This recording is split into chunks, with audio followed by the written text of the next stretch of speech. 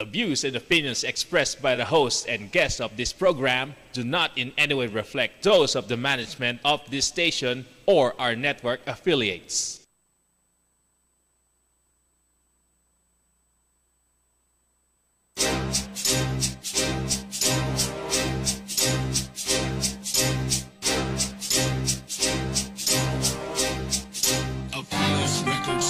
Ikaw ba ay may hinanain at ang korupsyon ang lagi mong daing? Kay bigwas mo lahat iyan sabihin, siguradong aaksyonan at iisnabin. Pangunawa at respeto sa kapwa, servisyon totoo para sa masa. Olonggapin nyo, ito ang pag-asa. Huwag matakot sa maimpluwensya, si bigwas ang tutuwid sa baluktot na sistema dito sa ating lungsod. Mga kurakot sa ating gobyerno, isa-isang bibigwasan sa programa. Bigwas, ito ang sumbungan ng bayan, programang para sa lahat ng mamamayan. Mga pusher, drug addict, magtago na kayo. Ito ang misyon, uubusin na kayo. Ito ang programa para sa naaapi, mananagot ka kay Tommy Abile. Uwakasan natin ang korupsyon, kapag humingi ka ng tulong agad-agad may aksyon. Ang bigwas ang mata ng bayan, ilalabas ang katotohanan. Mga tao na mapang-abuso, kay Tommy Abile magtago na kayo. Ikaw man ay makapangyarihan, basta't salot sa lipunan. Sa programang to ikay bibigwasan, kahit sino ka man at kahit saan ka man.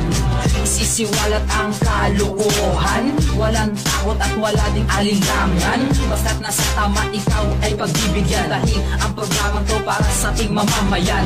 Ngayon ikaw ay may kakampi at hindi ka na maaapi sa Olongapo na ating bayan. Ito ang programa para sa katarungan. Ito ang sumbungan ng bayan, programang para sa lahat ng mamamayan. Mga pusher, drug addict, magtago na kayo. Ito ang misyon, uubusin na kayo. Ito ang programa para sa naaapi, mananagot ka kay Tommy Abile. Uwakasan natin ang korupsyon, kapag humingi ka ng tulong agad-agad may aksyon.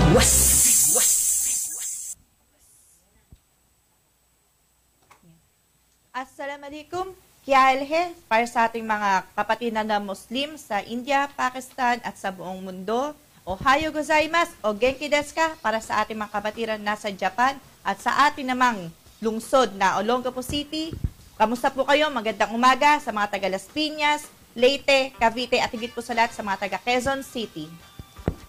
Magandang umaga rin po sa mga taga-subaybay natin mula Bulacan, Pampanga, Tarlac at sa mga Koreano natin. Anyong haseyo. Para naman sa mga taga-Bataan, Olongapo at Sambarinyo, magandang umaga sa inyong lahat. Ngayon po kayo ay nakatutok sa programang Bigwas sa segment na Facebook Expose. Ito po ang aming handog sa inyo ngayon, ang Facebook Expose! Facebook Expose! Makipaglaro? Facebook Expose! Ngayon po ay masyadong delicate ang ating pag-uusapan dahil usaping relihiyon po. Okay. Isang bukas na liham na nanggaling sa tagapagsalita laban dun sa mga, actually hindi talaga laban eh, mga nagsasalita ng masama laban sa pamamahala ng iglesia. Galing to kay Antonio Evangelista at ang kanyang mga kasama. Ginawa ko ang sulat na ito mula sa aking sariling pagsisikap lamang. At walang sino mang nagtaas sa akin, nag-atas sa akin. Natawagan lamang ako ng pansin nang maaari makapandaya sa iba ang inyong mga sinasabi. Inaangkin mo na ikaw ay isang ministro ng ebanghelyo na naglilingkod sa tanggapan pangkalahatan. Subalit ang napansin ko na panghusga mo sa pamamahala ng iglesia ay hindi sa pananaw ng isang ministro. Kapansin-pansin kasi ang kawalan mo ng kabatiran sa tuntunin na nakabakod sa mga ministro ng ebanghelyo. Ano pa yung natin sa may iglesia, no? Sayang kasi, di ba? Ilang taon din sila na nagkaroon ng kanilang grupo bilang iglesia. Naitatagto ni di ba, ni Felix Manalo noong 1914. naitatag yan, 1914 1914. Tapos ngayon, nagkakagulo sila. Diba?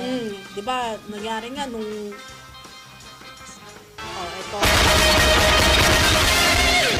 Hindi po makapapayag ang kapatid na Eduardo Manalo, ang kasalukuyang tagapamahalang pangkalahatan, na ang iglesia ay guluhin ng sino mang tao.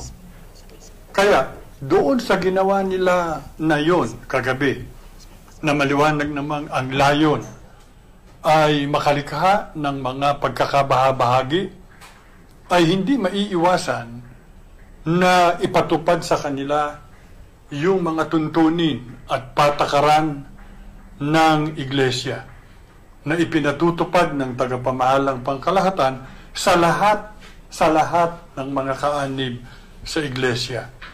Kaya, masakit man sa loob ng kapatid na Eduardo Manalo, ay ipinasya nila na itiwalag yung mga lumilikha ng mga pagkakabahabahagi sa iglesia. Kaya sa mga pagsambang isasagawa ng Iglesia ni Cristo, simula sa araw na ito, ay ipaalam yon sa lahat ng mga kapatid yung pasyang yon ng tagapamahalang pangkalahatan. Yan naman po ay galing lang po sa Facebook expose. Tinatalakay lang po namin dito. At saka, hindi lang po yan sa Iglesia ni Cristo ang nagkakaroon ng pagkakamali sa mga reliyon, kundi din ng Katoliko. Mamaya itatakin natin yan tungkol dun sa nangyari na problema rin sa simbahang Katolika.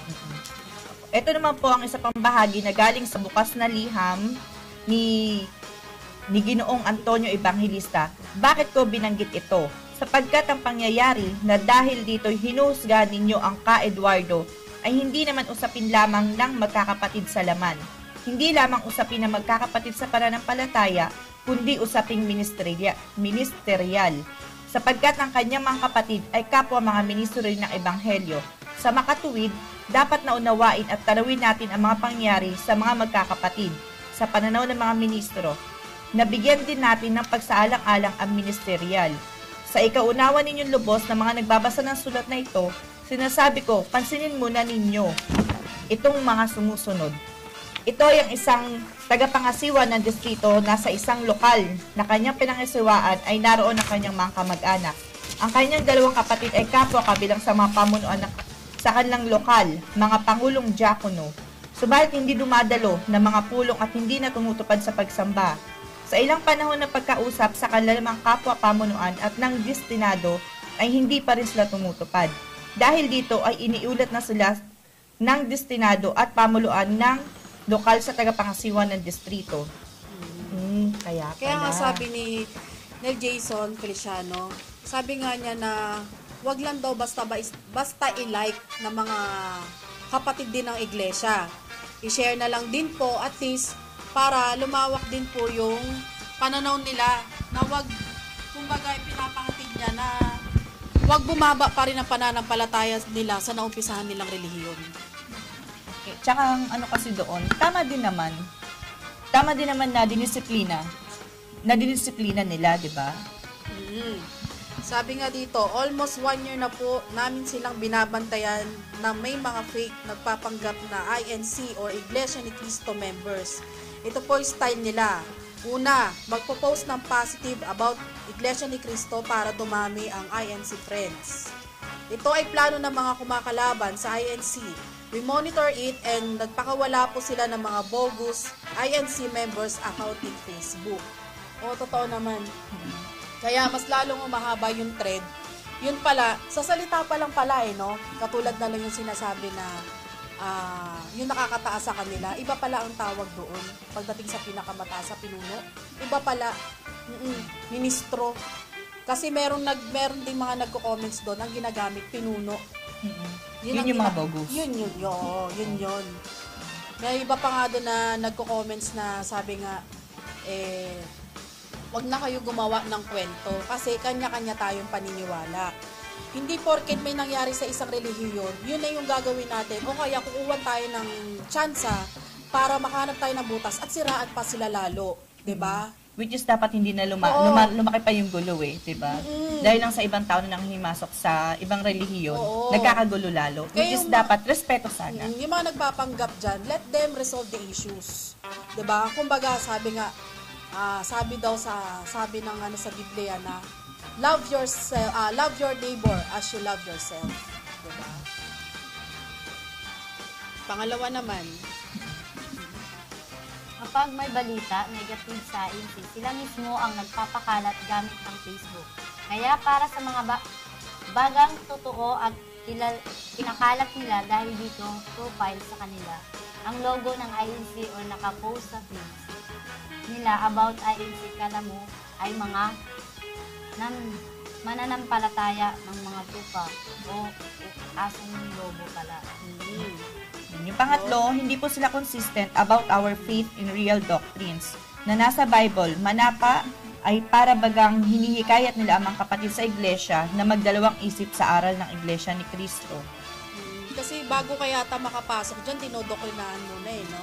Hindi basta-basta na hindi katulad sa ibang relihiyon na meron silang tinatawag na binyag na tinatawag, bago ka makapasok. Sa kanila matagal na proseso, bago ka maging tunay na kapatiran.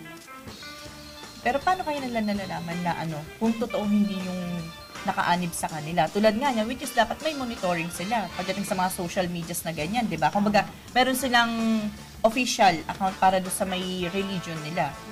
Para din sa ibang mga grupo yan, meron sila din board of directors. Oo. May mga admin sila, di ba? Parang may kapareho yan nagsisiyasat tungkol sa mga nangyayari, lalo na sa mga pinuno nila na hindi nila kailangan konsintihin kung ano may mga ginagawang mali. Na naging problema rin dito sa simbahang Katolika na nagkaroon ng problema din. Ito nga lang nakaraan, di ba, na may na-interview nga dito ang ating Sir Tommy Abile tungkol dito kay Father Rodel. Di ba? Tungkol sa nangyari dun sa Immaculate Conception, sa nangyayari sa kanya na pinagkakaisahan siya doon. Na ito, makikita natin ngayon.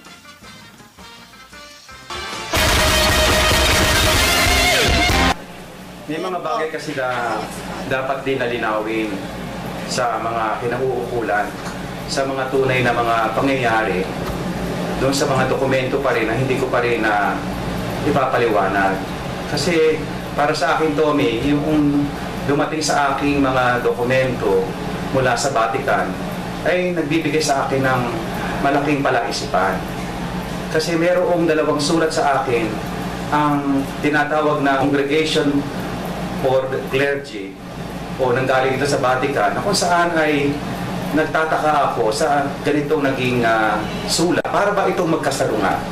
Sa unang sulat kasi, Tommy, kung mababasa nyo sa dokumento na ipinadala sa akin ng Vatican, ng September 5, ay pinadala sa akin ng 2014, na kung saan nakalagay doon, binibigyan ako ng encouragement ng Santo Papa na malit na ang aking suspension. At ang ginawa ko, yung pumunta ako kay Father Presto na siyang administrator, na kung saan ang sulat na yun ay hinihimok ako na pumunta ako sa administrator para sa ganoon ay malit ng aking suspension.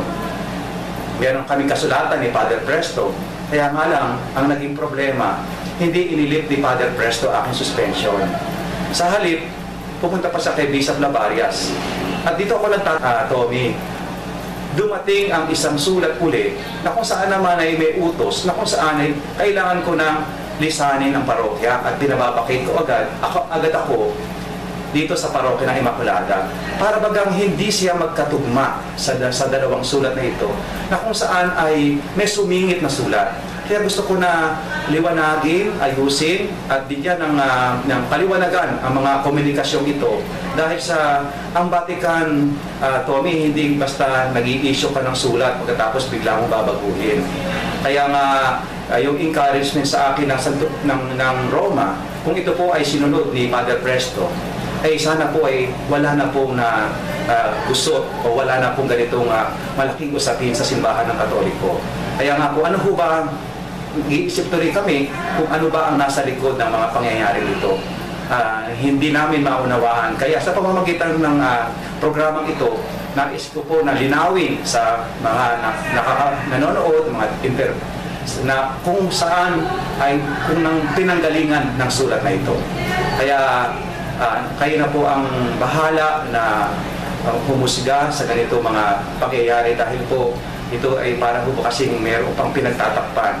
Bakit hindi maliplip ang suspension ko? Ano po ba talaga ang tunay na dahilan? Dalawa na po ang ating nagkaroon ng problema ng relihiyon ngayon. Ang tanong lang dyan is, bakit nagsisilabasan ngayon o nagsisipagsiwalatan ngayon ng mga hindi magandang nangyayari sa mga kanya-kanyang relihiyon? Ano na yun kumbaga parang hindi na rin may iwasan talaga yung mga ganyang problema Yun nga lang, hindi na rin naiwasan din yung paglabas. Paglabas ng mga tao, paglabas ng mga nagkakaroon ng komento tungkol dyan. Hindi, tsaka kasi ang ano doon dapat habang maliit pa siya, dapat inaayos na. Parang sa aming mga Muslim. Isang tao lang ang problema, pero meron kaming imam. Pag hindi maayos ng imam, may mas nakakataas pa sa amin o magpapatawag kami ng mas mataas sa amin o yung mufti na siya na nagdi-decide sa amin kung sino yung tama o yung mali. Once na nag-decide na yung mufti namin, hindi na siya pwedeng humindi. Kailangan niya sundin yun. Kaya lang sa mga ganyan, katulad ng iglesia, ng katoliko, meron din kasi silang ganyan na tinatawag. Ang kaso nga lang, hindi natin naman maiwasan yung mga tao na nagkalat ng issue para mapag-usapan. O yung mga hindi sumunod. Oo, yung mga hindi sumunod sa mga rules nila. Diba? Kung tutusin, hindi naman dapat ilabas na Hindi na dapat ilabas. Kasi, kita nyo yan, katulad na lang kay Father Rodel, napakaliit na problema, pinalaki ng mga tao na nasa paligid at mga tauhan ng ibang ng simbahan nila doon. Ano ba pinag-ugatan nun sa kanila? Kasi dito yung sa iglesia, ang pinag-agutan is dahil sa pagdidisiplina sa pamilya nila.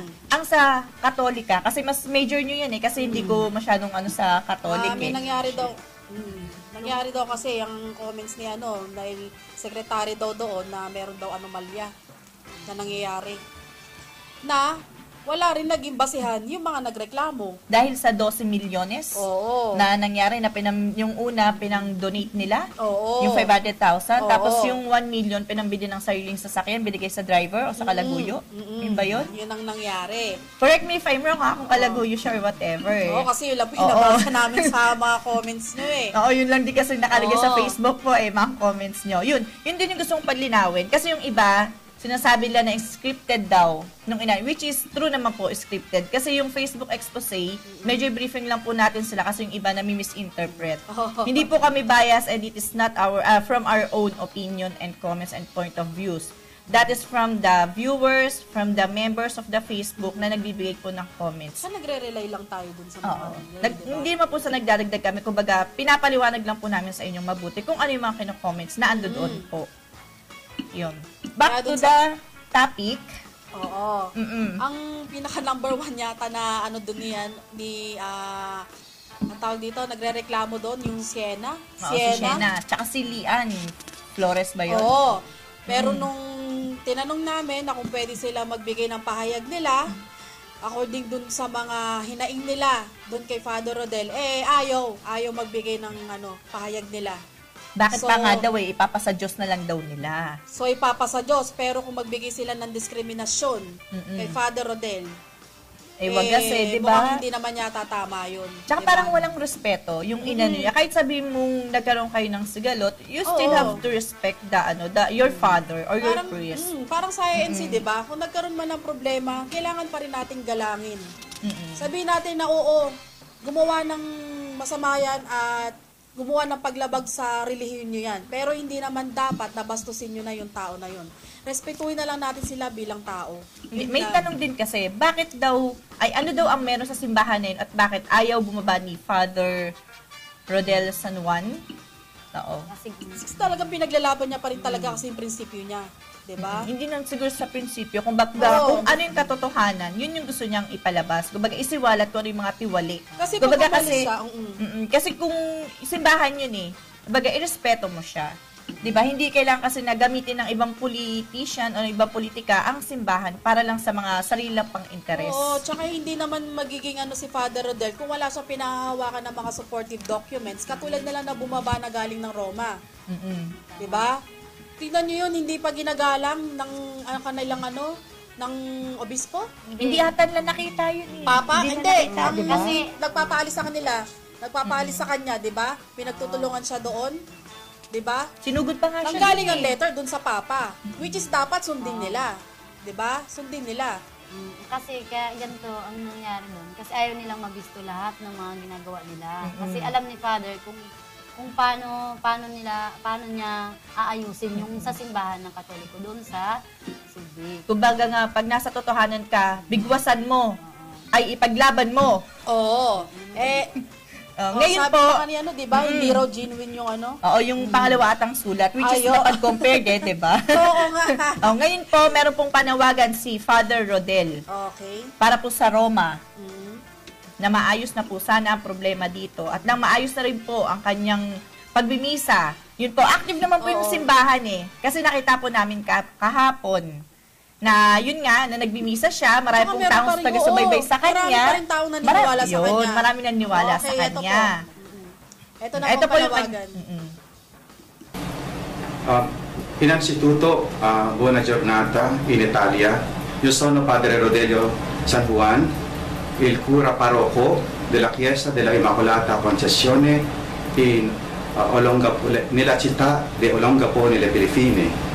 Io vorrei indirizzare questa lettera alla Sua Santità Papa Francesco per quanto riguarda della mia situazione cruciale, della nostra situazione della diocesi di Iba.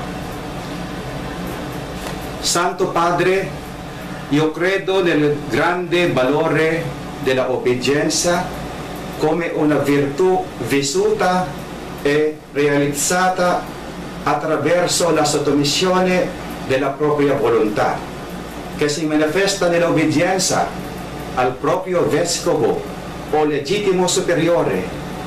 Ma come si può giustificare tale obbedienza come una virtù se si protegge il male e nel coprire la verità, che si mette a rischio la dignità della Chiesa?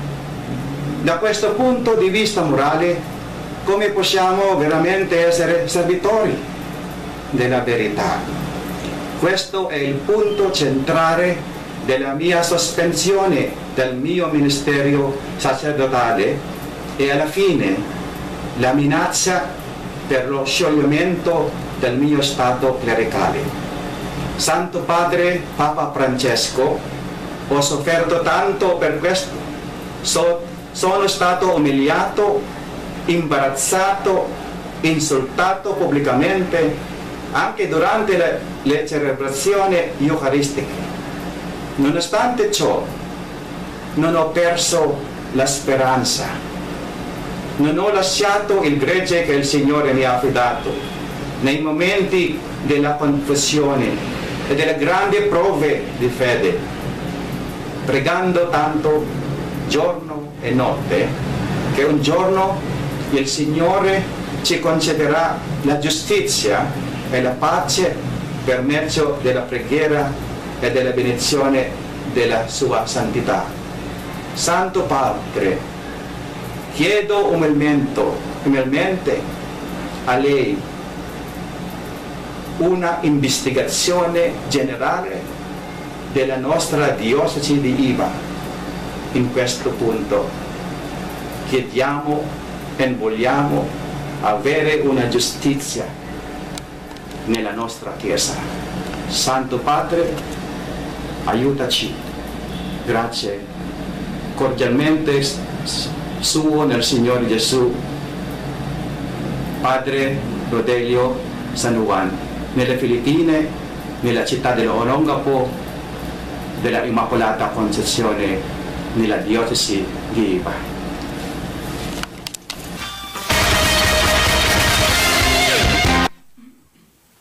Okay, yan po ngayon ang panayam ni Father Rodel para po sa Sulat na para sa Roma. At para naman po sa kabilang panig, bukas po ang aming programa para mapakinggan yung mga hinaing nyo kung ano man po. Yun sa mga side po yun, nung mga nagre-reklamo na Opo. pinagkakaisahan si Father Rodel. Bibigyan namin kayo ng chance para po mapaliwanag din po ang inyong side. Para hindi niyo po masabi na bias po kami at sa isang side lang po kami kumukuha po ng impormasyon. Hindi yung sa pinapahaba nyo pa po yung thread natin sa Facebook, yung mga comments nyo po. Kung gusto nyo po talaga marinig ng lahat ng tao, lahat ng hinaing nyo, dito na lang po, pumunta na lang po kayo. Hindi yung kami pa po yung aawayin nyo sa Facebook. Ayun po. Tsaka advice lang din, kasi religion po yan, masyadong sensitive po yung case na yan, which is dapat, yung mga namumuno, sana po magkaroon kayo ng pagkakaisa para maayos na po yan. Usapang relihiyon po yan eh. Kumbaga kung ano po yung tama, kung ano po yung legal na proseso, kung ano pong tinuro sa inyo, yun po sana ang sundin natin. Hindi po yung makikinig tayo sa sabi-sabi o sa iba po.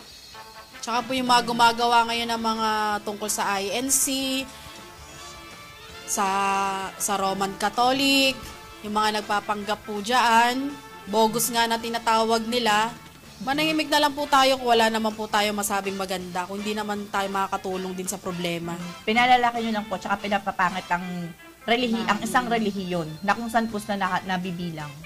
Kasi kanya-kanyang statement na sila eh. Mm-mm. Habang tumatagal, nag-iiba yung statement. Yung storya. Yung storya. Kung saan nagmula talaga. Opo. Nakakaya po pag nakating pa sa ibang Tsaka bansa. po yung nababalitaan namin yung sa mga ibang kapatiran daw dyan ng iglesia, sabi daw na gusto nang tumiwalag, mag-isip-isip muna po kayo bago tayo magdesisyon, maayos naman po siguro yan. Biruin nyo, 1914 pa po na itatag yan. Diba? Ang tagal-tagal na po. Tapos, sayang naman kung ganun lang ang mangyayari, di ba? Kung magkagaling yung magkakaroon kayo ng mga siraan, papanig dito, papanig doon, magkaisa po kayo para sa relihiyon. Si Father Rodel naman po, tulad pa naglalaban niya katotohanan, at kung wala naman po siyang pinangahawakan dokumento at baliwas at taliwas po siya, panigurado po, hindi naman siya lalaban ng ganito. Kaya dapat po, ibalik niyo na po siya sa pwesto at marami din naman po naniniwala sa kanya. Pero dahil din sa mga nangyari sa kanya, pero marami pa rin naniniwala mga tao, di ba? Marami pa rin nagpupunta sa kanyang misa. Kahapon inikutan namin doon. Marami namang nagmisa sa kanya. Ewan ko lang kung pupunta dahil sa gwapo si Father or ano Hindi naman masyado. Nagsasabi lang po. Ganun ba? Oo. Hindi kasi meron siyang mga dokumento talaga pinangahawakan and genuine naman talaga. Lagi pinaglalaban. O baka dahil talaga sa mukha. Hindi natin alam. Hindi na. Ganito na lang. Mas maganda talaga. Ayusin na lang po yan. Kasi kung di po maayos yan, parang sinabi natin na pinagwatak-watak na din natin ang ating mga sariling mga kapatiran. Tsaka hindi po kami nagiging bias dito, ha? Liwanagin lang po namin. Hinihingi po namin ang atensyon nung nagre-reklamo tungkol kay Father Rodel. Diba, nagkaroon din po tayo, nagkasagutan din po tayo sa Facebook, sa thread niyo, sa post ninyo. Kung ayaw nyo po magbigay ng side nyo, paliwanag nyo, mga tao na po manghuhusga tungkol sa mga salita ni Father Rodel. Oo. Ayan po. Sa pagtatapos po natin sa programang Facebook Expose, sana po magtulong-tulong po tayo na maayos po ang ating mga relihiyon. Kasi po kaming mga Islam, nagkakaisa po kami pagdating sa ganyan. Hindi na namin pinalalaki. Kaya sa susunod na po natin, kinabukasan po o bukas po, magkita-kita po muli tayo dito sa Facebook Expose. Segment na po tayo ngayon sa programang Bigwas. Ito na po ang purely commentary program. Magandang umaga po sa lahat ng mga taga-subaybay. Hindi ko po masasabing maganda ang kalagayan ng Olongapo dahil sa pangyayari po ngayon sa ating mga kababayan. Binabati ko muna lahat nating mga kababayan dito sa mga mula Bataan, Olongapo hanggang Zambales. Bagamat mayroon tayong mga lalaman na matinding krimen sa ating lungsod kung saan ito na naman napapabalita na naman ito sa nasyonal. Kung saan ito isang dalagang Olongapinya na natagpo ang patay sa San Narciso, Zambales. Ay muli na namang nabalot ng lungkot at kaba ang lungsod ng Olongapo dahil sa sinapit ng isang dalagang Olongapinya na nakilalang si Cari Cisdidius Mujica. Isang 23 anyos po ito ng Barangay Santa Rita. Kahapon po ito ng pitsa 25 ng July na natagpuang patay sa San Narciso, Zambales. Nitong bandang alas 6 ng umaga. Ayon po sa mga residente ng Alucies, San Narciso, Zambales, na siyang unang nakakita sa bangkay alas 6:30 ng umaga, ay habang patungo sila sa bukid ay napansin nila ang isang bangkay sa ibabaw ng dike na sunog ang kalahating bahagi ng katawan at duguan ang ulo nito. Kaagad namang ipinaalam sa barangay opisyal ang pangyayari at ipinarating kaagad ito sa tanggapan ng pulis sa naturang bayan.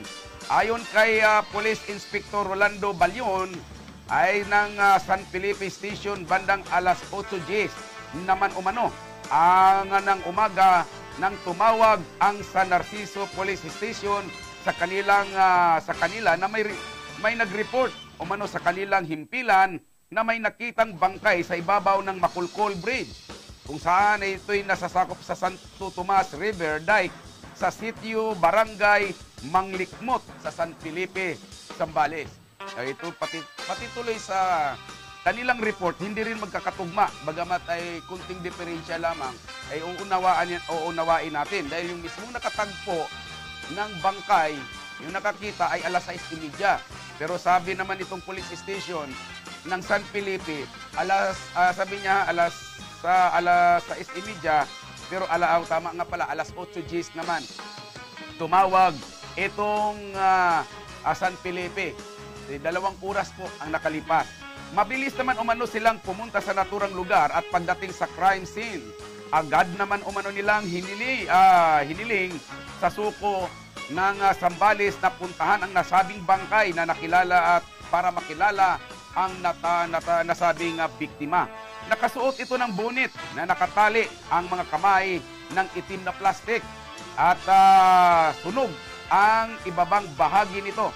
Na-recover din sa crime scene ang 3 basyo ng baril ng kalibre 9mm at 2 slugs. Kaagad dinala ang bangkay ng biktima sa isang funeral home sa barangay ng nasabing bayan. At ito para maotopsiya ang nasabing bangkay. Ayon pa kay Police Inspector Balyon, batay sa report ng Provincial Crime Laboratory Office, 3 tama ng baril sa ulo at tumagos ito sa mukha na ikinamamatay ng nasabing biktima. Samantalang isang lalaki naman ang nagngangalang Jonathan Dwayne Siocon. Ito Siocon Bian, ang kaagad na kumalat na larawan sa social media ay kung saan ay pinaghinalaan siyang pumatay sa biktima sa hindi pa malamang dahilan o motibo sa pagpatay. Isang testigo po umano ang lumutang ngayon upang kumpirmahin ang pamamaslang ng nasabing biktima. Dahil ayon sa kanilang impormasyon, siya ang nagdala ng biktima sa Santa Rita. Ayun po mga kaibigan, yun ang kaganapan ngayon dito sa Olongapo. Hindi lamang po yan. Nung nakaraan, ay itong kasabay din ito, mayroon naman kaming na-interview naman. Mamaya, abangan ninyo ang mga detalye niyan sa Ronda Balita sa DWGO. Mag-umpisa po yan alas 12 ng tanghali hanggang alas 2 po ng hapon. Makakasama po ninyo ako roon para sa Ronda Balita. Sa araw-araw po na pangyayari sa Olongapo City, ihahatid na po namin doon mula po sa aming mga nahubog na mga bagong news reporter na kakalat ngayon sa iba't ibang bahagi dito sa Olongapo. Kaya lalo po naming pag-igihan ang paglilingkod po sa mamamayan ng Olongapo para malaman po ninyo ang lahat ng kaganapan dito sa ating lungsod. Dahil nakakabahala na po ang pangyayari ngayon kung saan tuloy-tuloy ang pagdukot. May dinukot na naman na isang asawa na katulad nitong dalagang ito ay dinukot din ng kakilala at itinapon sa isang malayong lugar. Ito po ay taga Barangay Santa Rita, itong biktima na ito. ay ayon po sa aming impormasyon, ito ay pinagtatrabaho dyan sa loob ng SBNA sa Ayala Mall. Hindi lang natin alam kung saan bandang dyan sa Ayala Mall, doon po ito nagtatrabaho. Kaya, mga kaibigan, nakakabahala na po ang Olongapo. Hindi na po tayo ligtas kapag tayo'y naglalakad sa 10 oras ng gabi. Lalo na po sa mga kababaihan, ingat-ingat po kayo. Doble ingat, lalo na pagdating ng gabi. Dahil ang ating lokal na pamahalaan ay tulungges. Natutulog-tulog lamang sa kangkungan. Walang ginawa na talagang hakbang para maibsan man lamang ang kriminalidad dito sa lungsod na ito. Wala ding ginawang hakbang para mapulong ang mga otorite o mga otoridad para sugpuin ang pagkalat ng droga. Dahil karamihan po sa mga biktimang ito ay ito po yung nasa impluensya ng droga. Yun po mga kaibigan. At ito naman ay magbabasa ako agad ha. Kasi para hindi po kayo mabibitin ditong inyong mga mensahe. Galing naman po ito sa isang concerned citizen diyan po sa Pag-asa. Good morning, Sir Bigwas. Sagutin ko lang po yung paratang nila kay Miss Liza Layog. Trabaho niya ay isang ticket checker. Ang ticket checker ay lakad ng lakad para puntahan nga yung mga truck na nagbaba ng mga paninda. Kaya lakad siya ng lakad. At kung makikita nyo siyang nakaupo, ay yun, yung tipong walang truck. Yun, sabi niya ito pala yung sinagot niya po itong text nung nakaraan, nung Huwebes. Sir Bigwas, paano naman yung ibang empleyado ng palengke dito sa Pag-asa na naka-time in pero wala naman sa trabaho? At biruin po ninyo, mas nauna pa ng time in ng alas 6 ng umaga kumpara sa 5:30 ng umaga. Paano nangyayari yun? Tapos wala yung taong yun sa trabaho niya. Ibig pong sabihin nito mga kaibigan, kahit sa palengke pala ng Pag-asa na sinasahuran ng lungsod ng Olongapo, abay, alam niyo po ba ano nangyayari? May ghost employee din pala. Ay grabe! Nako, uso na pala ganito. Hindi lang pala ghost town. Hindi lang pala ghost. Yung tagapagtanggol ni Paulino sa Batangapo, yung mga ghost account, mayroon ding ghost employee. Baka naman may ghost mayor na rin. Ano?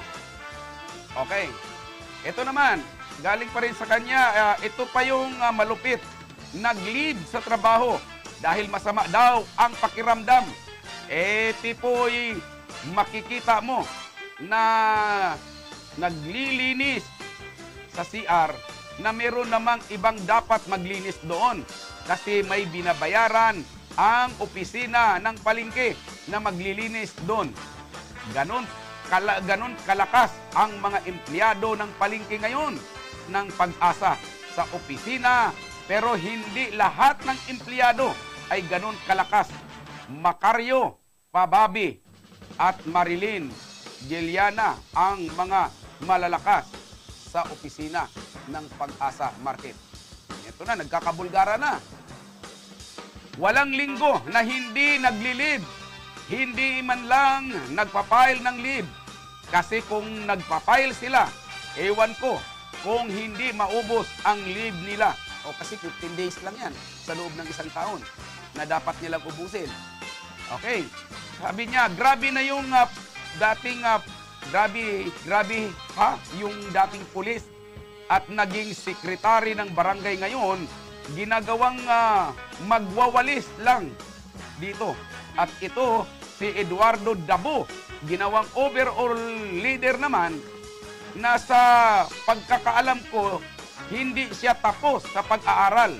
Tapos yung dating pulis ay naging sekretary ng barangay, ay nagiging under daw ng high school graduate lamang. Kaya ang sinasabi natin na hindi na kailangan ng civil service. Overqualified.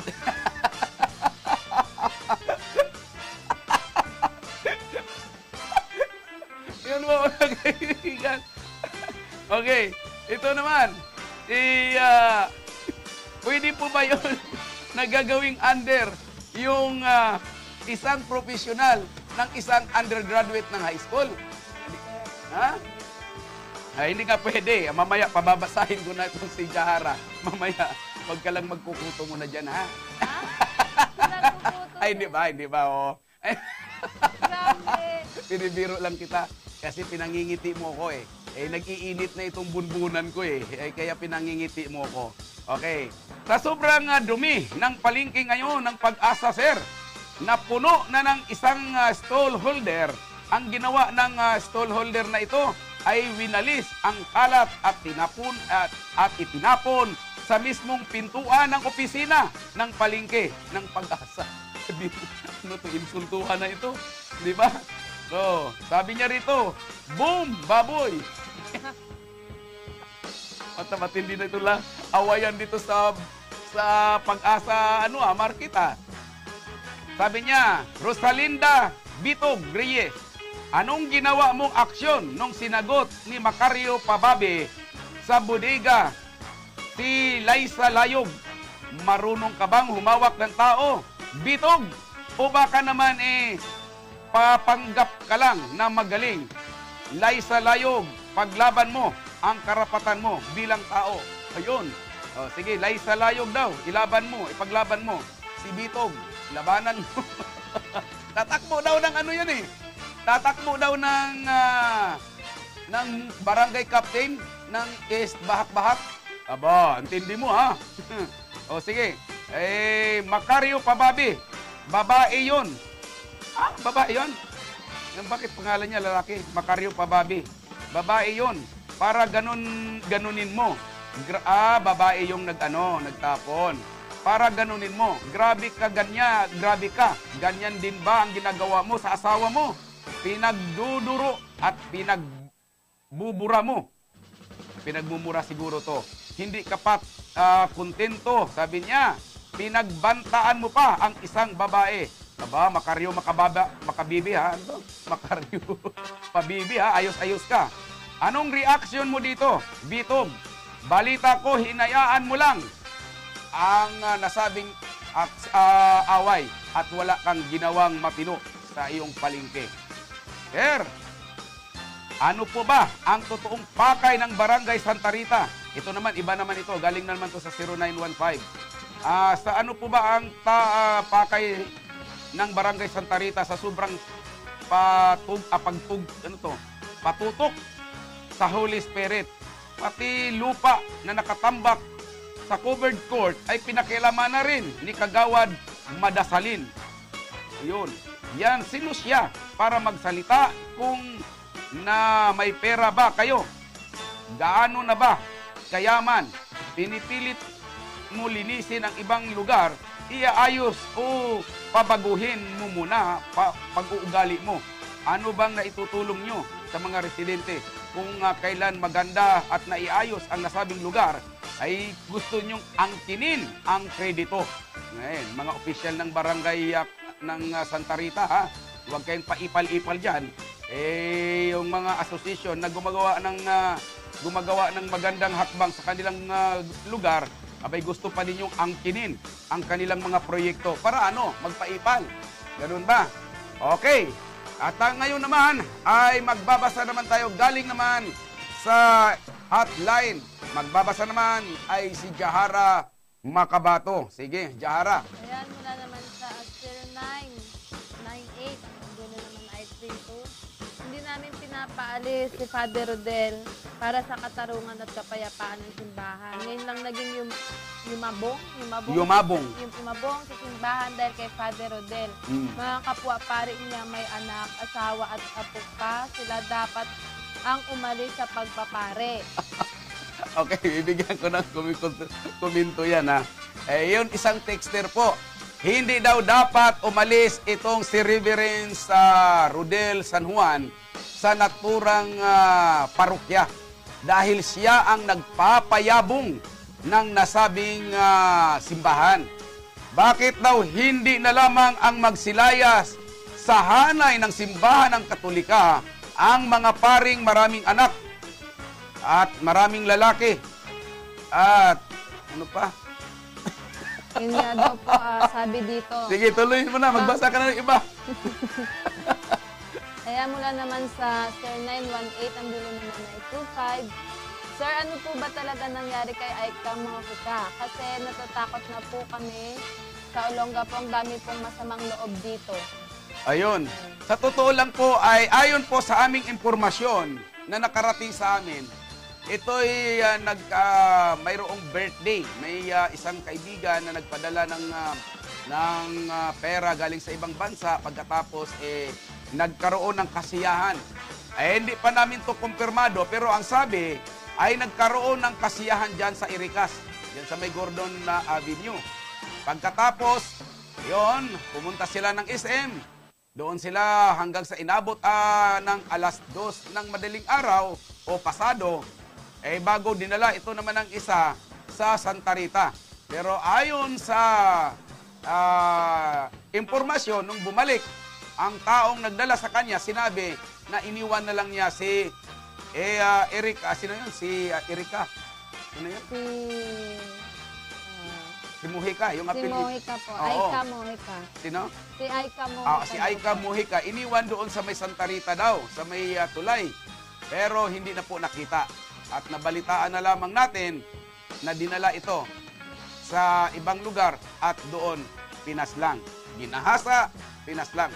Kaya mga kaibigan, delikado na po maglalakad dito sa Olongapo. Paalaala ko lang sa inyo, kahit nga nagtatrabaho na sa mga club, paalaala ko rin, huwag na kayo talagang pumasok sa mga madidilim dahil ay hindi ko alam kung pinamumunuan tayo ng dilim dito sa Olongapo.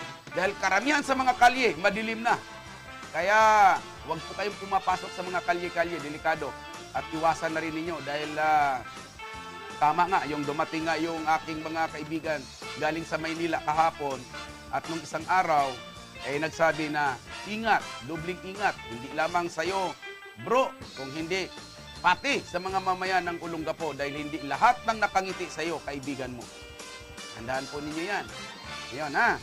Ito naman, Sir Tommy, pakibati naman po ang Nueva Ecija. Sila, Director Mark at Director Reynaldo De Jesus na nagtuturo ngayon ng first aid at basic life support and disaster preparedness orientation ng Eagle Response Team. Ito po yung tropa ang pagbati po ay mula sa tropa po ng Sambales. Yun ha. Ito naman, sabi naman niya, tatakbong kapitan si Bitog sa barangay nila. Ang palengke ng Pag-asa, Pag-asa nga, hindi niya kayang ayusin, barangay pa kaya. Okay. Yon, sige, pagbasa ka pa dyan na...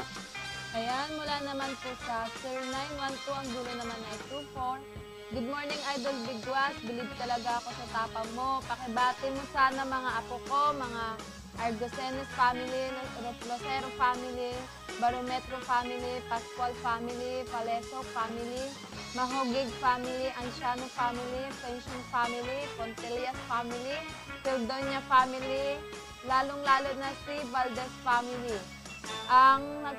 Ang nagpapabating Miss Lydia S. Valdez, salamat Idol Bigwas, pati ang family Alessio. Thank you, Idol. Okay, salamat din sa inyong panonood at taga-subaybay sa programang ito. Alam ko naman po, napakarami na po talagang sumusubaybay sa programang ito. Kaya ako po ay nagpapasalamat sa inyo. Dahil ang sabi nga nila, sabi ng mga alipores ng lokal na pamahalaan dito sa Olongapo, na sinasahuran para lang dipinsahan ang mga maling sistema. Alam nyo po bang sabi nila, napakaganda ng programang Bigwas. Sabi nila nagsasabi ng katotohanan, pero 100% daw ang kasinungalingan. Yan, tindi ano? Pero ibig sabihin, nanonood sila sa akin. Ngayon, ayaw lang talaga ninyo mailabas ang 100% na kasinungalingan ninyo. Ako marami na ako naranasang harassment dito Hindi lamang, katulad niyang aking mga sponsor, hinaharas nila, pinatitigil. Okay. Gusto nilang gutumin si Bigwas. Alam niyo po ba, kapag ginutom si Bigwas, at kumakalam na ang sikmura ni Bigwas. Nangangagat na lalo. Kaya, nagkamali kayo ron. Sa halip nga sana, tinulungan pa ninyo si Bigwas na maraming komersyal. Mali eh. Pinatanggalan ninyo ng komersyal. Kaya, pag kumalam ang sikmura ni Bigwas, lalo kang kakagatin, Paulino. Inaras na rin ako ni Paulino. Kinasuhan na rin ako ng libel eh. Nasaan ba yun? Tagumpay ako dito. Nga na ha. Kinasuhan niya ako libel. May libel na ako. Naghaharap. Gusto talaga niya siguro makita ang mukha ko. Nakukyutan niya sa akin eh. Di ba? Di ba? Bakit? Cute daw kasi ako. Nagkikita na kami next week. Di ba? Kasi kinasuhan niya ako libel. Ayun. Sa isang mga komentarista, mga hard hitter na mga komentarista, isang malaking tagumpay sa amin yan ng kasuhan ng libel. Yan ang mga tagumpay namin. Kaya proud ako, Paulino. Kinasuhan mo ko ng libel. Ganon kami. Sa halip na kami, sinasabi nilang kabahan, hindi. Lalo kaming natutuwa at pag-iigihin ko ang paglabas ng mga katiwalian mo. Ganon ako. Ganon kami, ang mga hard hitter. Hindi kami katulad ng iilan na mga reporter, mga tinatawag na mga medyamang kontratista na pag kahit mali na isusubo mo sa kanila ang release, ilalabas dahil bayad. Hindi ako katulad niyan. Isusubo mo, alam mo namang mali, ikakapinsala naman ng ating estado, nako, nagkamali ka. Hindi ako katulad niyang ganun. Kaya karamihan sa mga kontratista, mga medyaman, pag sinubuan na ng release yan, mga press release, mga paalala ko sa mga mamamayan ng Olongapo, ang ibig po sabihin ng press release, yung halimbawa, ang City Hall, gagawa ng sarili nilang istorya na ipapapublish sa mga periodiko o sa mga dyaryo o ilalabas sa TV o ilalabas sa mga radio station. Yun po yung tinatawag na press release. May statement sila doon para yun ang gagamitin. Ngayon, hindi ako katulad ng mga kontratista. Na yung mga kontratista, subuan mo naman ng ganon, katulad niyan, sasabihin mo na, pinalalabas ninyo halimbawa sa nasyonal, walang baha sa Olongapo. O, di ba? Ngayon, pag sinabi mong walang baha sa Olongapo, wala namang magsasampa sa inyo doon ng libel dahil nga sa wala namang baha. Pero pag ibang bagay, kahit na nagkabaha-baha na, nalunod na ang iba, pero sabihin mo pa rin, walang baha, di ba? Kasinungalingan yon dahil sa may kontrata, may bayad, di ba? O, ngayon, kapag oras na sinasabi mong ay babanat ka, ipapalabas mo, kinasuhan ngayon ang reporter ng libel. Hindi isang tagumpay yun. Kasi yun ay subo. Yun po'y subo. Isinubo ang paksa para ilabas. Ngayon, ang mapapahamak doon ay ang reporter. Hindi po tagumpay ng reporter yun. Sakit sa ulo ng kanyang buhay. Yun. Okay. Ang sa amin, kapag kami nangunguminto, sarili naming komento, yun, masasabi namin tagumpay. Okay, isang pagbasa mo na. Sa'yo, Jara. Okay. Ayan, mula naman sa 0908, ang dulo naman ay 40. Salamat po sa Bigwas dahil sa mabilis na action para sa taong bayan. Mabuhay po kayo. More power to all. Salamat. Sige, go. Ayan, mula naman sa 0909, ang dulo naman ay 48. Good AM po, Bigwas. Tama lang po yung ginagawa ni Reverend Father Rodel San Juan para po malaman ang katotohanan. Di po siya mapagpasabog ng katiwalian kung walang katotohanan ang kanyang sinisiwalat. Okay. Salamat po sa Tama. Tama po yun. Yun. Isa pa. Sige, baka para kasi 3 minuto na lang. Okay. Ayan. Mula naman sa 0946, ang dulo naman ay 39. Good morning, Sir Tommy. Ibang klase na po dito sa Gapo. Ang dating magandang lungsod ngayon ay binababoy na ng administrasyon ngayon. balik ang Gordon, walang kwenta ang nasa posisyon ngayon. Hindi na ligtas sa gapo, wag na po sana natin hintayin na lumala ang mga krimen. Salamat po, God bless, Bigwas. Okay, salamat din. At isa namang mensahe galing naman po sa ating mga texter. Sabi niya, kung sa Biblia may sinasabing mga bulaang propeta, lilitaw dito sa Olongapo, may lumilitaw na nga na bulaang mayor. Maraming salamat sa iyo, Bigwas. Bulaang mayor talaga. Yan. Gusto uli naming i-guess si Father Rodel San Juan dahil naliwanagan ang napakaraming Katoliko sa pagpapahayag ng katotohanan. Iba kasi ang version ng komento ng mga pari sa iba't ibang mga parokya. Okay? At babalik po tayo kaagad mga kaibigan pagkalipas lamang po ng ilang patalastas. Okay, mga kaibigan, balik na tayo. Ay babalik na ang ating kasamang Jahara doon sa mga magbi-birthday. Basahin mo na, Jahara. Ayan, binabati ko namin si Ma'am Milia Hernandez. Happy birthday po from Bigwas. Yeah. Ayan. Siyempre, sir, mas gusto niya sa'yo galing. Oo, happy birthday, Ma'am Nilia. Yan. Nilia ba? Nilia Hernandez. Oh, Ma'am Nilia Hernandez, happy birthday po. Saan po ba gaganapin ang kainan? Biro lang yun. Okay. Alam nyo naman, hindi makakalabas-labas lagi si Bigwas kasi maraming gustong lumamutak sa mukha ni Bigwas. Ayaw na nila Gusto mukha. kang gawing nilupak, sir. Sarap yun. Paborito ko yun, sir. Obo, paborito Ayaw mo. mo yun? Parang sinabi mong gusto ka nilang gawing nilupak. Paborito ko yun. Parang sinabi mong ako ang paborito mo. Diba? Okay, sige. Magbasa ka muna at magbibigay na ako ng komentaryo maya-maya konti. Masasaksihan ninyo ang mga video ni Paulino. Okay? Ayan, mula naman sa Sir 921, ang dulo naman ay 29.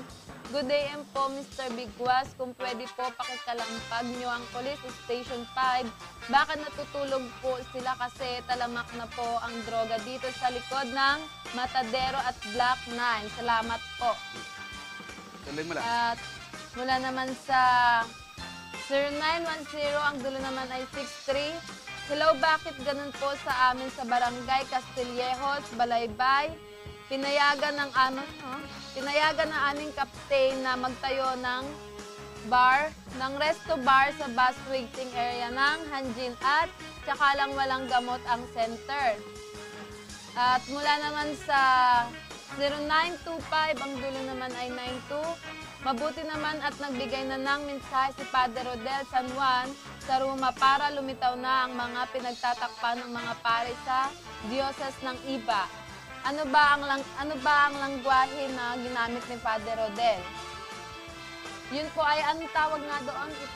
Italian po? Italian word po ang ginamit na lengguwahe ni Padre Rodel para po sa iyo po.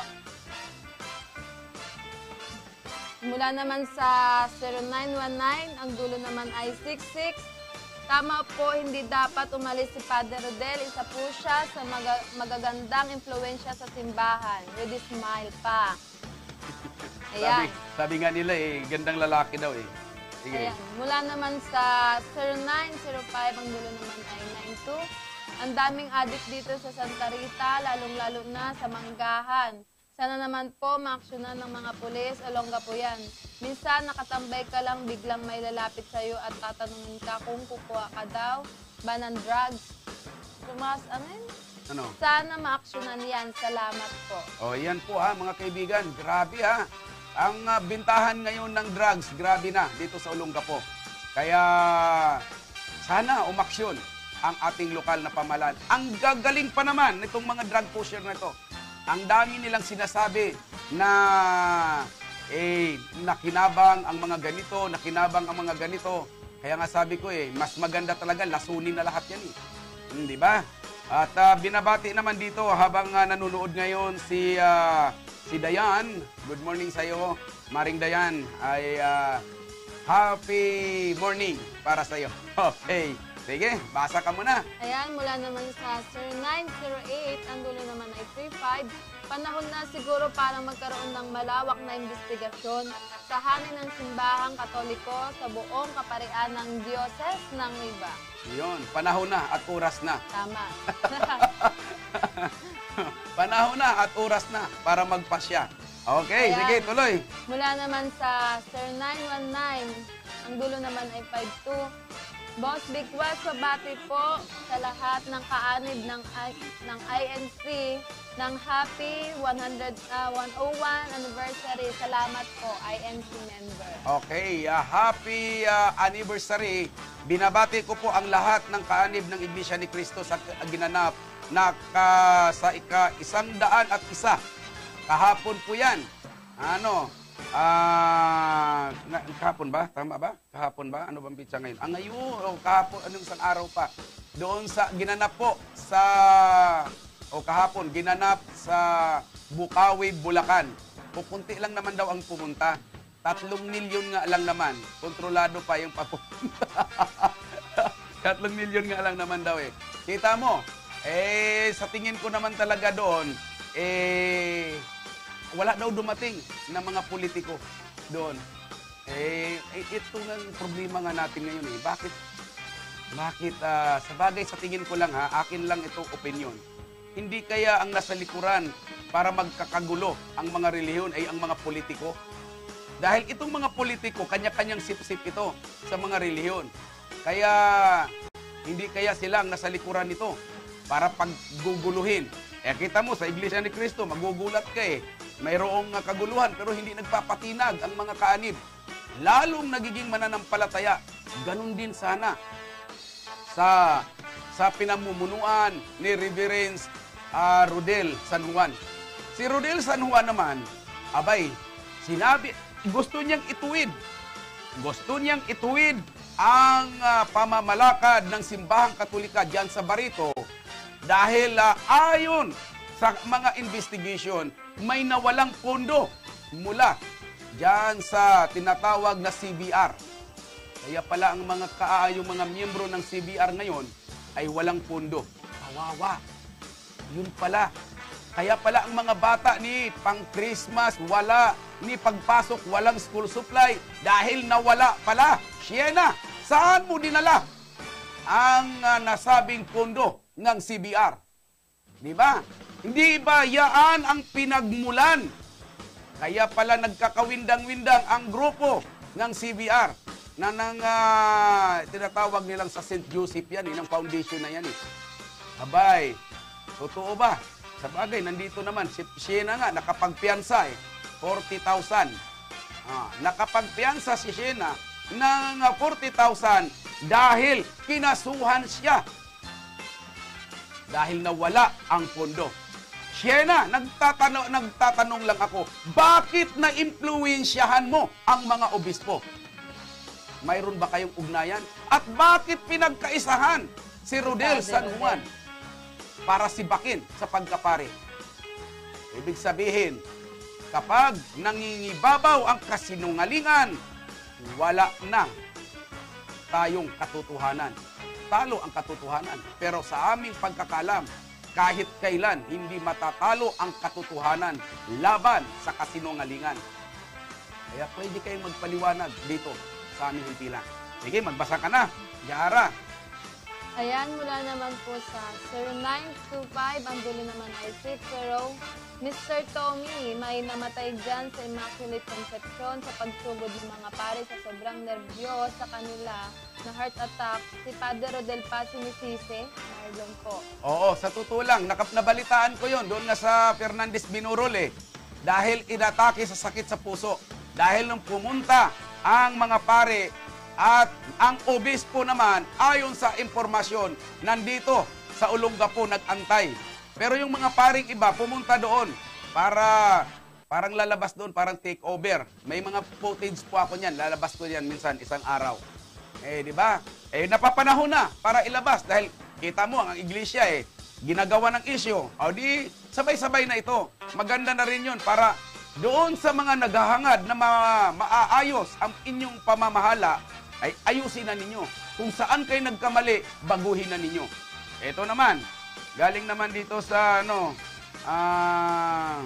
Maraming salamat sa Bigwas sa pagsiwalat mo ng katiwalian tungkol kay Bitog. Okay, salamat. Ito galing din sa inyo. Kayo ang totoong Bigwas at ako'y tagapamagitan lamang. Sige, magbasa ka muna, Jahara. Ayan, mula naman sa 0925, ang dulo naman ay 10. Bakit sa sitwasyon sa Barreto, si Father Rodel ay tama ang kanyang ginagawa sa pagtupad ng kanyang tungkulin? Bakit iyang obispo, kung sino ang gumagawa ng tama, yun pa ang sinususpende niya? Bakit itong ibang kaparian na pera ng simbahan nilulustay nila, ginagastos sa hindi tama, pang sariling enjoyment lamang? Yun, masakit yun. Dapat dun sa mga obispo, medyo mag-isip-isip na rin kayo. Hindi porke may ranggo kayo, kaya na ninyong kontrolin. Ayusin na ninyo. Nakakahiya sa isang relihiyon na masisiwalat. Kung mayroong mang kalukuhan, masisiwalat, nakakahiya. Kaya nga, believe ako doon sa ibang relihiyon na may disiplina di ba? Believe ako. Alam mo, sa totoo lang, hindi ako sa dahil hindi naman ako iglesia, ha? Hindi ako iglesia. Kasi natiwalag ako. Dati ako iglesia, ngayon natiwalag ako. Ngayon, sasabihin ko na sa inyo. Believe ako sa kapasyahan ni Ka Eduardo Manalo. Wala siyang sinasanto, kahit kapatid o ina. Basta nagkasala sa alituntunin ng iglesia, tiniwalag niya. Ganun din dapat sa relihiyong Katoliko. Nag-Franciscan po ako. Nagiging paring Franciscan po ako. Bago ako pumasok sa napakaraming reliyon. Ang dami kong reliyon na pasok kasi. Ito lang masasabi ko. Kung nag-utos ang Santo Papa, natanggalin na ang pagkasuspende ni Reverend Rodel San Juan, hindi sinunod ng obispo. Kung sa ibang reliyon yun, yung obispo matatanggal yun. Ba't hindi sinunod? Lalabas kasi doon na binastos mo yung nakakataas sa'yo dahil hindi mo sinunod. Okay. Sige, basa ka na. Ayan, mula naman sa 0920, ang dulo naman ay 29. Good morning po, Sir Tommy. Follow up ko lang po yung wire ng kuryente dito sa Block 13, Gordon Heights, Waterdam Road. Hindi pa din po inaayos at pinuputol yung puno. Nakaipit na po ang wire sa puno. Salamat po. Okay, mga taga-OEDC, huwag naman kayo magbibingi-bingihan. Baka mamaya may makuryente dyan sa puno na yan kapag hindi pa rin na inaksyonan, madali lang, solusyon. Nakasabihin na naman to si Bigwas naman, tuturo na naman ng kalukuhan. Dali, patay na ba yung puno? Sunugin mo yung puno. Basta puno sunugin mo, ha. Pag nasunog pati kuryente, sabi mo, puno lang naman sinunog ko. Okay. Pag naputol yan, pupunta dyan, taga-PIA, taga-OEDC. Okay, sige, go. Ayan, mula naman sa 0915, ang dulo naman ay 38. Huwag yung magtaka, sir, kasi si Paulino kinagat niya yung nag-aruga sa kanya para siyang ahas. Now, nakapwesto siya, wala pa rin nagbago, nga pa rin ang gapo. Totoo yan. Ayan sa iyong mensahe na sinasabi mo na si Paulino ay kinagat niya, yung nag-alaga sa kanya, lalabas daw, sabi niya, ahas. Opo, ahas daw. Maliit ang bibig ng ahas. Sawa. Diba? Ngayon, ganito. Alamin ninyo, ha? Pakiramdaman ninyo. Hindi lang na yung video, Baka bukas to mailabas, Kasi naka-assign na yung bawat video na yun, hindi lang makita-kita doon sa namin. Pero bukas, sisikapin namin. Iisa-isahin ko yung una niyang pahayag. Salita niya mismo, ibabalik ko sa inyo. Ibabalik ko sa kanya. At titiyakin ko, mapapasama siya. Hindi kasi pinag-isipan yung mga binabanggit niya, Okay, bukas. Kasi inaayos ka ngayon, kaya hindi ka lang makita-kita doon sa maraming file, Ito po, ang technique po ni Paulino. Ganito. So, hindi ba ninyo napansin ngayon sa social media na ang lagi nilang inuudyukan si Dick Gordon na tumakbo? Diba? Lagi nilang inuudyukan. Alam naman nila na si Dick Gordon may posibilidad pa ngang tatakbo bilang Pangulo ng bansa. Diba? Kung hindi man magiging Pangulo, ay magiging pangalawang Pangulo. Kung yan si Dick Gordon, magiging Vice ni Bongbong Marcos. Mukhang lulusot pa yan. Ay, delikado yan. Sa totoo lang. Ngayon, ang ginawa ngayon ni Paulino, lagi nilang binibuild up para mabasag ang Gordon. Para mabasag ang Gordon. Yun ang ginagawa nila.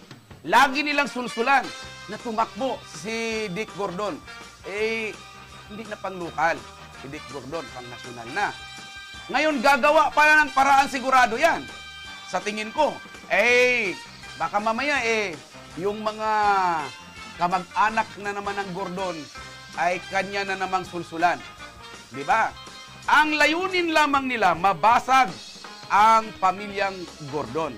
Yun lang naman ang layunin nila nabasagin. Pag nabasag ang pamilyang Gordon, ay wala na. Sigurado ang lahat ng boto ng mga mamayan ng Olongapo mapapunta kay Paulino. Yun na lang ang pinakahuli nila.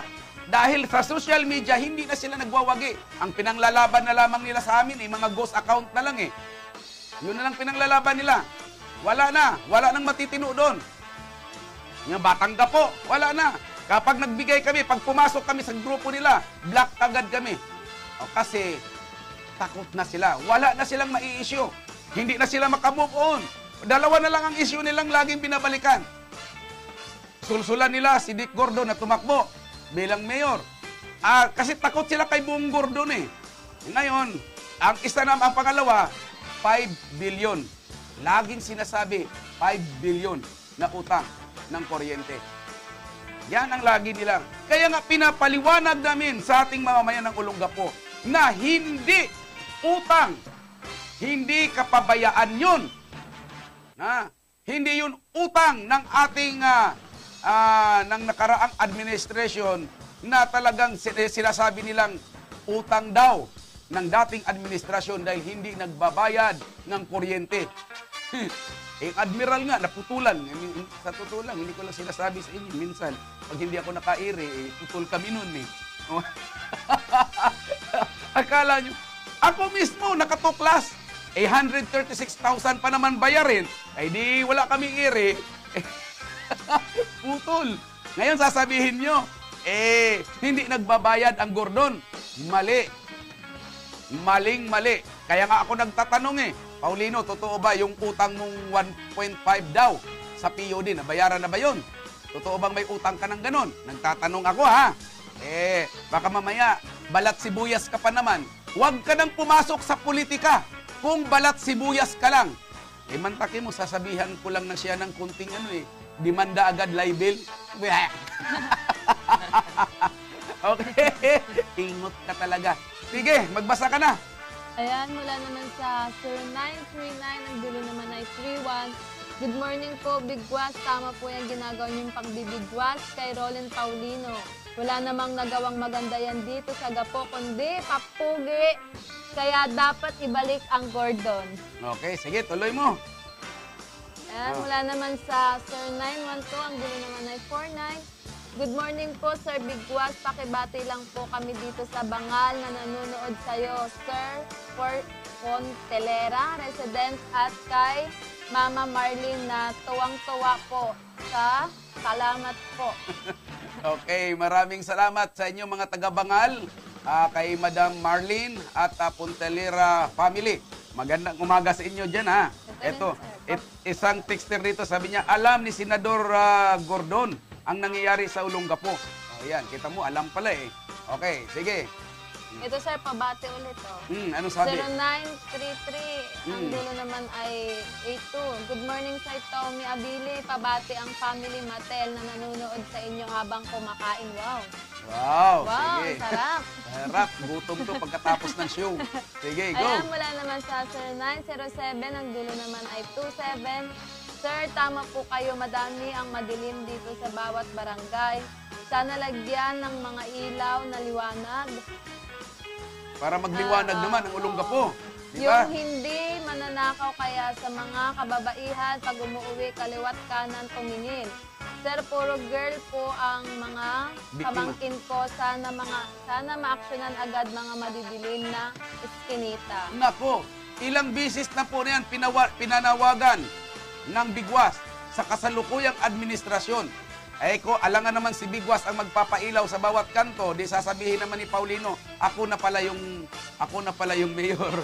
Mayroon pa siya sinabi doon sa video, hindi lang makita. Bukas, panoorin nyo.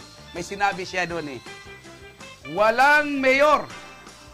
Hindi mayor ang nagpapatakbo sa Olongapo. Hindi vice mayor. Hindi kagawad. Hindi kung hindi ang Diyos. Naku, ang hirap na patulan yun pag gumamit na ng Diyos. Uy. Naku, nag-iibang mundo. Ang hirap nun. Ang Diyos daw. Naku. Sige nga. Ewan ko lang. Hindi nyo iniisip yun. Hindi ang mayor ang nagpapalakad dito sa Olongapo. Kung hindi rin mga kagawad, hindi vice, kung hindi Diyos. Bukas. Anong Diyos kaya yun? Pineapple juice? Okay, sige, magbasa ka muna. Ayan, mula naman sa Sir 912, ang dulo naman ay 52. Oo nga, Mr. Bigwas, bakit hanggang ngayon walang hinto ang pakikialam ng kabila dito sa Immaculada? Akala ko ba walang bisa si Father? Bakit tira sila ng tira? Dapat pakialaman nila ang sa kanila. Dapat manahimik na lang ang kumukontra kay Father Rodel. Hindi pa ba sila naniniwanagan sa paliwanag ni Father? Dapat magdasal sila para maliwanagan ang isipan nila. Tama nga naman. Tama. Talaga napakaganda. Ito nga text dito Kung ayaw nilang mabulgar ang lahat ng katiwalian sa simbahan, lalo na yung mga paring may anak, ay manahimik na lamang sila.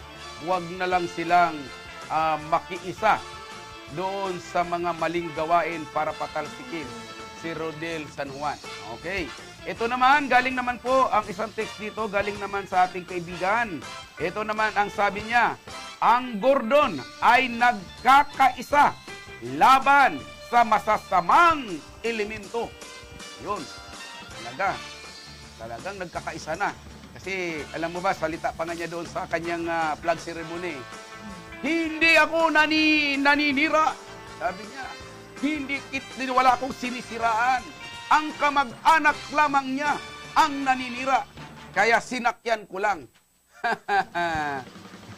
Yan ang sinasabi natin Tapos na ang palabra mo, Paulino. Pati yung ating senaryo sa Gordon College. Kaya ikaw ay nanalo. Okay, sige, go! Ayan, mula naman sa 0925, ang dulo naman ay 53. Pasintabi sa ating mga kaparian dito sa Zambales. Nakakapagtaka naman na bakit sila naniniwala sa mali kahit alam nila ang tama. Dahil ba takot sila sa kanilang obispo? Thanks. Dapat, mula pa rin po to sa kanya, dapat si obispo manahimik na. Huwag na siyang makialam sa kanyang mga kaparian. Yung tapa, at saka dapat siguro, ang dapat gawin nilang nila doon, kung ano yung utos doon sa Roma, pinatupad na nila. Kasi medyo ilang araw lang, may labas na naman. Ang alam ko kasi kapag sinabi na ng hari, ang salita ng hari ay hindi na nababali. May kasalungat na pasya, kaya mukhang hindi kapapaniwala. Kaya nga yung panawagan ni Reverend San Juan, Rodel San Juan, ay isisend na po namin yan sa Vatican. Papadala po namin. Okay, sige. Ayan, mula naman sa Sir 906, ang dulo naman ay 90. Sir Tommy, si Alisa Layog, na may tama sa utak yan. Kasi ultimo, affair nila ni Mayor Rolling, kinikwento niya pa, pati ang pagbibigay niya ng allowance every 15 at 30 of the month. Mag-imbestiga po kayo sa mga tao dyan sa market at loob ng opisina. Panay kwento niya sa mga ginagawa nila ni Roland. Para sa akin, meron nga kasing pinagbigyan siya ng allowance, ng lilibre siya ng merienda. Mayor, iyan ba ang mga tao mo? Pati ikaw sinisiraan, wala naman ginagawa pati si Fababier. Ayun, mula sa kanya. Kayong magkakabilang panig, pwede kayo dito sa aking himpilan, mag-live, magharap tayo dyan sa kamera para malaman ng mga tagapag-asa kung ano ba talaga ang totoo. Pwede. Sige, go. Ayan, mula naman sa 0949, ang dulo naman ay 27. Maraming salamat, Father Rodel, dahil sa'yo natuto kaming magpakatotoo. At para naman sa inyong kaibigan na si Father Moso, isa siyang balimbing at walang kwentang kaibigan. Ipagpapalit ka para sa posisyon kanyang hinahangad. Good AM po, Sir Bigwas. O yun, ito kasi ang nalaman ko eh. Kauna-unahan palang pari na Pilipino. Itong si Rodel San Juan, dyan sa Barito. Kasi karamihan pala dyan mga pari, mga foreigner pala. First time daw nagkaroon ngayon ng pari na Pilipino. At yun nga ang nakatimbre sa kanya. Ayon sa aming pagkakaalam, hindi alam nila ito nila Rodel San Juan na may nalaman kami na kaya sinadya daw talaga na makaupo ang isang Pilipino dyan para maimbestigahan ang mga katiwalian. Ngayon nga, nandiyan siya, medyo malakas ang loob na ng mga tao dyan sa Barito, yung mga opisyal ng simbahan, isiniwalat na dahan-dahan. Ang biktima po doon, yung pondo po ng CBR. Ayon po sa aming informasyon. Kaya nais namin sanang makausap din yung ibang mga namumuno sa CBR. Nawala daw talaga pala ang pondo. Okay, kaya may tinanggal na sekretary, nung matanggal, kinampihan po ng mga obispo. O sige, magbasa ka muna ng ilang piraso bago tayo magpapaalam. Ayan, mula naman sa 0920, ang dulo naman ay 50. Morning Bigwas, sana magkaroon ulit ng curfew at naka-duty sa mga outpost. Dahil dati, takot ang mga tao na magpaabot ng ating gabi dahil sa takot sa curfew. Ngayon, dahil walang curfew, di na takot tumambay, naging talamak na ang drug. Sana palitan na din ang mga pulis. Tama sige. rin. Tama. Sige, go. Isa pa. Ayan. Mula naman sa 0908, ang dulo naman ay 43. Dapat lang po wag umalis si Father Rodel. Inaayos lang po ang katiwalian sa simbahan ng Barreto. Tama. Okay. At marami pong salamat sa inyong pagsubaybay sa programang Bigwas. Sige. At ikaw naman ay Jahara ay maaari na tayong magpapaalam sa ating programa. Ayan. Binabati ko po ang mga viewers na patuloy na sumasabaybay sa TV22 News. At binabati ko po yung family Makabato at sa mga patuloy na walang sawang nakikinig sa mga opinyon at mga talakayan at mga katiwalian na nangyayari dito sa ating lungsod. Sana po, gumising po ang mga natutulog na. Yun na po. Ayaw ko na po magbanggit. Naman po, magpapaalam na po ako. Ako po si Jahara Makabato para sa TV22 News. Okay po, para sa Bigwas. Okay, program. Okay, at ito naman, sabi nga niya rito pwede po bang yung isang empleyado ay nakatira na sa CR ng palengke? O yun, Bitob, may mga empleyado daw nakatira na sa palengke, sa CR ng palengke. Nako, ginamit yan, gastusin na. Ang gastusin ng bayad ng kuryente, tubig, ang gobyerno pagkatapos ginawang residential. Okay po mga kaibigan, maraming salamat sa inyong pagsubaybay sa programang ito. Ako po ang inyong nakakasama sa loob ng 2 oras. Tommy Abili po ang inyong sandigan at sumbungan. Ako ang inyong Bigwas